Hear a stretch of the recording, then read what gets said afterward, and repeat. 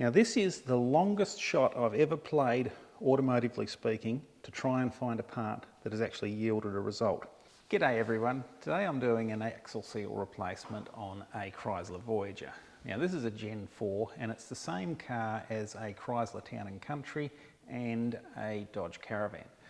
This one's an all-wheel drive version, and this is specifically what we're doing with this video today. It's not really a how-to on how to do your rear axle seal. It's more on where do I find a replacement seal. Now, this car's been out of rego for a little while. It's got to have a roadworthy assessment, so I'm just working my way through and getting it back up to spec so that we can get it passed and it can go back on the road. So the rear axle was leaking a little bit of oil from both the seals, from the differential, and it wasn't actually leaking out. It was more just a little weep, and it was enough for the dust and bits and pieces to get caught up around it. But it was needing replacing. So the oil has been sort of weeping out here, running on the axle, leaking on the housing, and the dust has been sticking to it.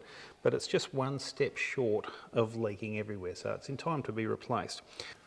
So before I pulled this car apart, I actually went online and had a bit of a look around. I contacted my local Chrysler Jeep dealer, and the part is no longer available from them.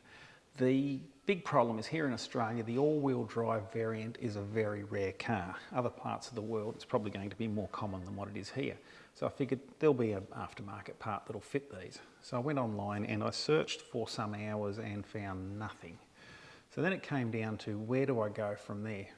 Well, I popped the seal out, and naturally once you pop a seal out of a housing, generally you damage it, and that has happened. But it's quite a unique seal, and it's got to do quite a bit of work because this axle presses in, but it can move just a little bit in the housing, so the seal's got to be a bit flexible to cope with that.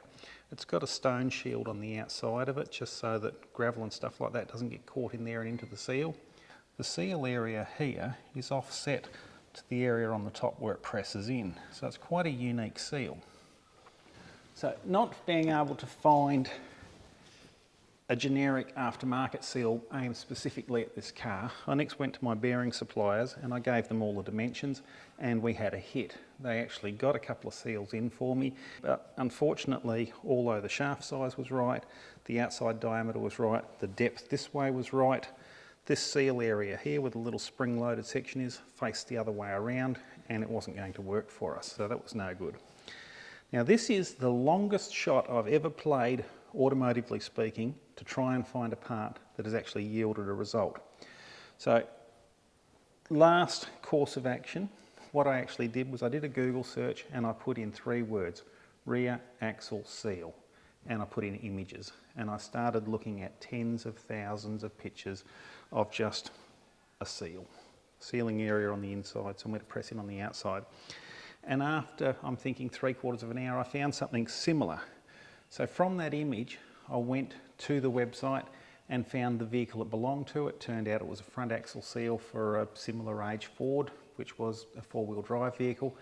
And from there, I had to start hunting for listings for that vehicle until I found a match with a non-genuine seal and a part number. From there I took the part number and put it into the manufacturer's website and got dimensions, and it was a fail. It was too big on the outside, too small on the inside, and just wasn't going to work. So back to my image search again, and another 3/4 of an hour later I spotted this seal. It was identical. It was an image from this direction. It was showing this tin shield on the inside of it, the flange on the outside, and I thought, that's my seal. Followed the link through to the website, and it's a Corvette seal for a C6 Corvette, and I'm thinking 504 horsepower, this hasn't got anywhere near that. Surely the Corvette's got bigger axles and things like that. I played the game again, went through the whole process all over, and I found a non-genuine seal with a part number, traced that back to the manufacturer's website to get dimensions, and lo and behold, it matches exactly the sizes of this one. Bit further research, it turns out that the Corvette runs a get-rag differential in it, and so does the Chrysler.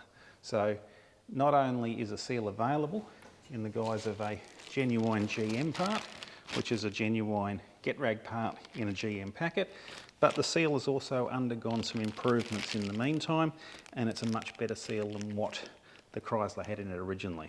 So I've got 2 of these, and I bought these from HGA Performance in Texas.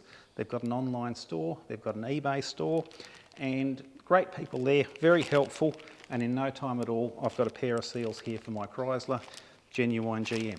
So what we'll do is we'll do a panel at the end of the video, we'll put the part numbers up, and we'll probably put HGA Performance on there because they're so helpful for us, and I'll recommend them thoroughly.